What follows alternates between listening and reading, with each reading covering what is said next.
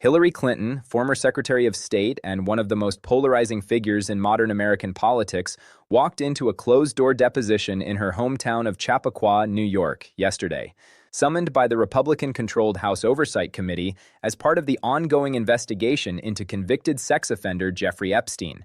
What happened there once again revealed the political fault lines that run through this entire inquiry, because the spotlight wasn't just on Epstein or Ghislaine Maxwell. It was squarely on President Donald Trump and what role he plays in all of this. Clinton told lawmakers she had no information about Epstein's or Maxwell's criminal activities, that she does not recall ever meeting Epstein, that she never flew on his plane or visited his island or properties, and that she had nothing further to add that would assist the inquiry. That's a dramatic claim all by itself, but what caught fire in the political world was the way she framed her testimony, as a deliberate contrast to how Republicans and implicitly Trump have handled the release of Epstein files and the questioning of people mentioned in them. And that contrast was on display before she even took a single question. A photo from inside the private hearing was leaked by Republican Representative Lauren Boebert and shared with conservative media, forcing the session to pause, highlighting just how fraught and chaotic these hearings have become. Whether Clinton's testimony will move the needle on Trump's connection to Epstein is now the biggest question in Washington. Once inside the deposition room, Hillary Clinton maintained her composure, calmly navigating the questions from committee members. She answered every inquiry about her interactions, or lack thereof, with Jeffrey Epstein and Ghislaine Maxwell, emphasizing again that she had never flown on Epstein's plane, never visited his island, never had any dealings with him, and had nothing new to offer that could advance the investigation.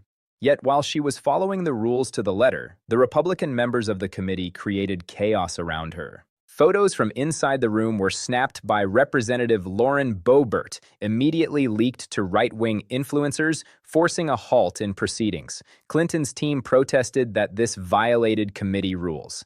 Democrats on the committee demanded immediate transparency, insisting that the full transcript be released so the public could see what had occurred.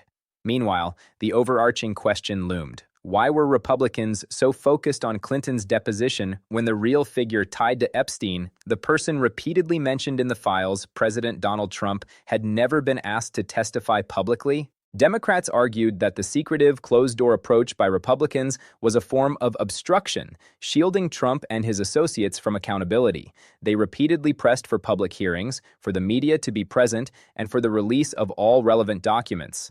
The contrast was stark. Clinton, under subpoena, fully cooperating, willing to speak in public. Trump, repeatedly named in the Epstein files, unaccounted for and surrounded by political protection.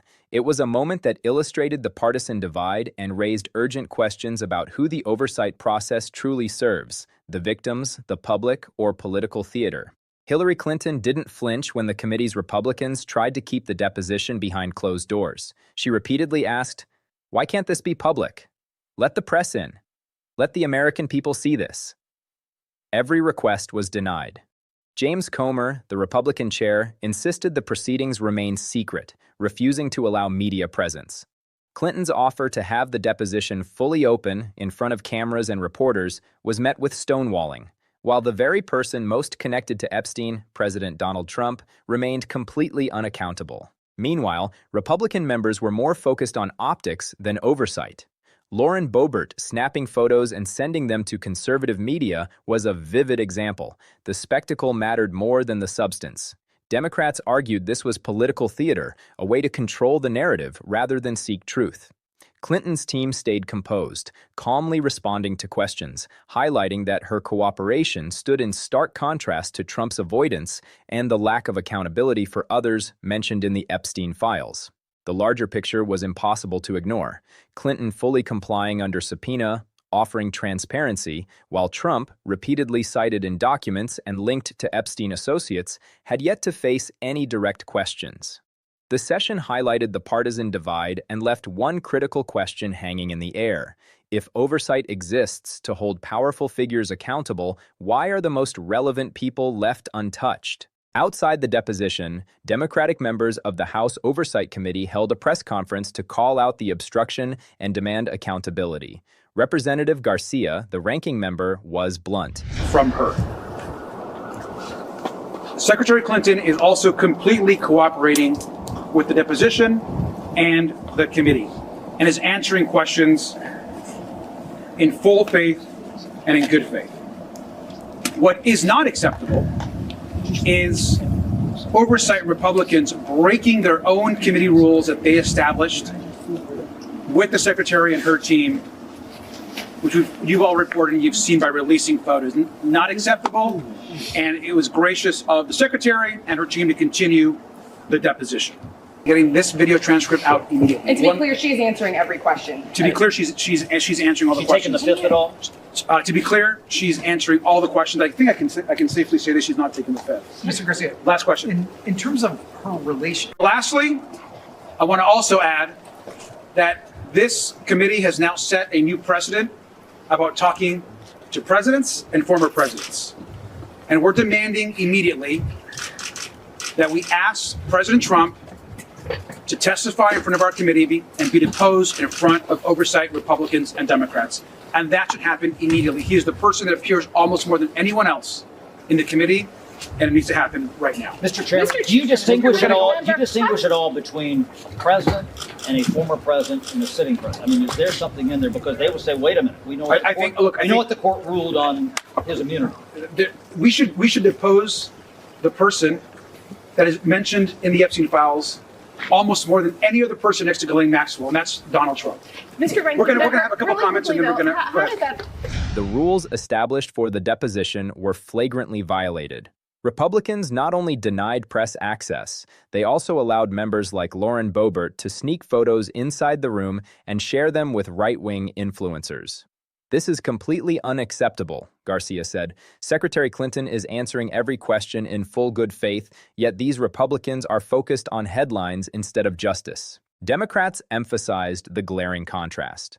Clinton fully complying, ready to testify publicly, while President Trump, the figure most frequently named in the Epstein files, remains unaccountable.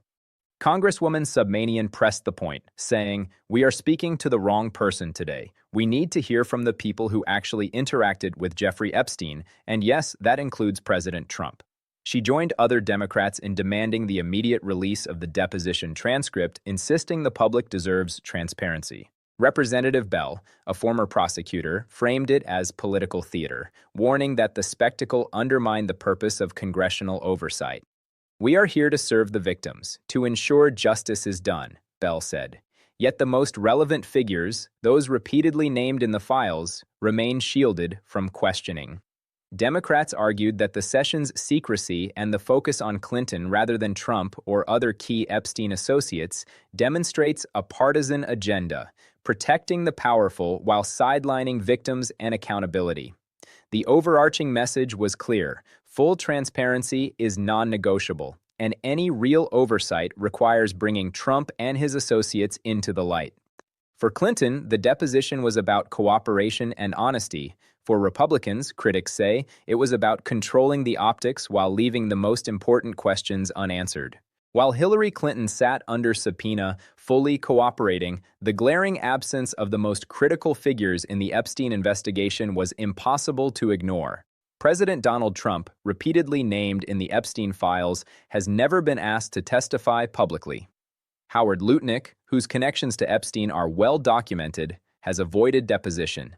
Even Les Wexner, the billionaire financier tied to Epstein's operations, has not been compelled to answer in public hearings. Democrats on the committee repeatedly called for these testimonies, highlighting that true accountability requires questioning the people who actually had relationships with Epstein. Representative Garcia pointed out the stark contrast. Clinton was willing to have her deposition fully open to the press and public. Trump and other key figures remain shielded by political protection. "We are here to get to the bottom of these crimes," Garcia said, yet the people who are most central to this investigation are nowhere to be found. Democrats stressed that the committee's secrecy, the refusal to allow media access, and the targeting of Clinton for optics rather than substance are indicative of a partisan shield for Trump and his allies. Submanian urged, "It's not enough to question those who are tangentially connected. We must depose Trump, Lutnick, Wexner, anyone mentioned in these files. That's the only way justice can be served." The message from the Democrats was unmistakable. Transparency and accountability cannot be selective. The real questions remain unanswered, and until Trump and his inner circle face scrutiny, the Epstein investigation risks being a show for headlines rather than justice for survivors. As the deposition unfolded, the larger shadow of Jeffrey Epstein's co-conspirator, Ghislaine Maxwell, loomed over the proceedings. Democrats raised urgent questions about why Maxwell, convicted of child sex trafficking, received transfers to lower security facilities and why the Trump administration's Justice Department appeared slow or opaque in releasing critical files. Representative Wallenshaw pressed the issue. If oversight is meant to hold people accountable, why has the Justice Department redacted or withheld key documents that could clarify who knew what and when? The focus inevitably returned to Trump. Maxwell's supporters have openly campaigned for a pardon, and the question remains, why hasn't Trump unequivocally ruled out clemency for someone convicted in the Epstein case? Democrats argued that the president's silence fuels suspicion and underlines the urgent need for congressional scrutiny. Representative Submanian stressed, "We cannot allow the political elite to manipulate the system to protect friends or co-conspirators. This is about accountability, justice, and ensuring the victims are not ignored."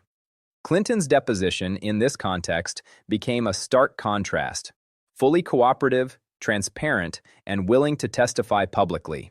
Meanwhile, the key players, the president, his associates, and those most mentioned in the Epstein files, remain shielded.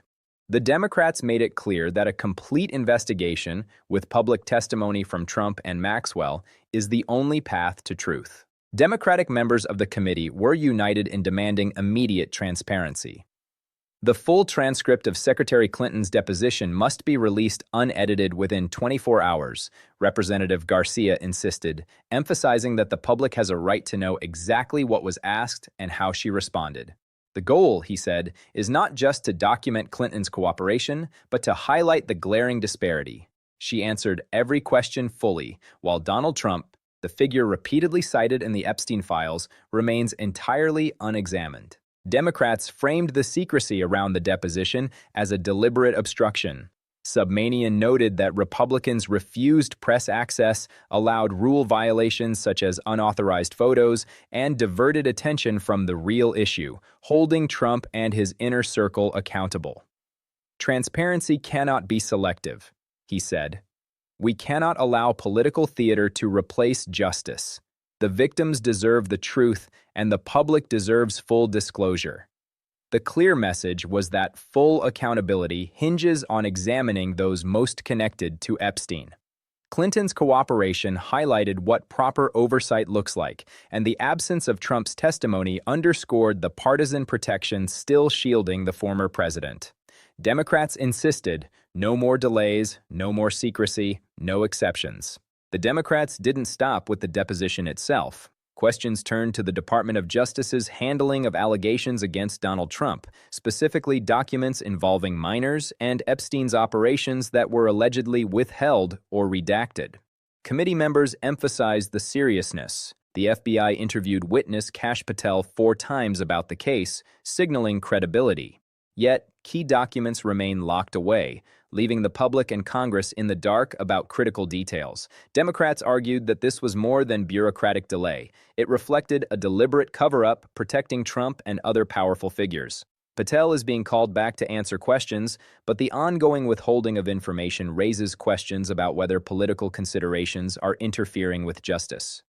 Representative Bell, a former prosecutor, warned that without full disclosure, the investigation risks becoming mere political theater. The message was stark. Unless Trump and his allies are fully scrutinized and all documents made public, the victims of Epstein's crimes and the American people cannot receive the truth or accountability they deserve. Beyond the legal details, the deposition highlighted the human cost of inaction. Democrats repeatedly framed the discussion around the victims and survivors of Jeffrey Epstein's crimes, stressing that they deserve justice, visibility, and accountability. "These are real people whose lives have been shattered," Representative Bell said. Yet what we witnessed today was political theater, with Republicans more focused on optics than on the truth. Clinton's deposition became a study in contrasts. She answered every question, adhered to the rules, and offered transparency, while the most important figure, Donald Trump, remained absent, shielded from scrutiny. Democrats emphasized that this selective approach undermines both the investigation and the public's trust.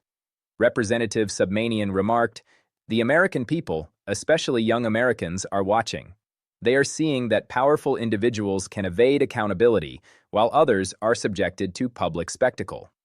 The moral argument was unambiguous. Political obstruction, secrecy, and selective scrutiny are unacceptable.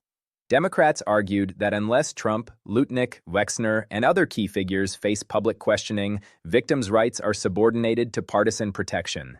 Every delay, every withheld document, and every avoided testimony is a reminder of how the system continues to shield those in power, leaving survivors waiting for justice. Hillary Clinton began her deposition with a pointed statement that underscored both her willingness to cooperate and her critique of the partisan nature of the committee. "Mr. Chairman, ranking member, members of the committee," she said, "as a former senator, I have respect for legislative oversight, and I expect its exercise, as do the American people, to be principled and fearless in pursuit of truth and accountability." Too often, however, congressional investigations are turned into partisan political theater, an abdication of duty and an insult to the American people.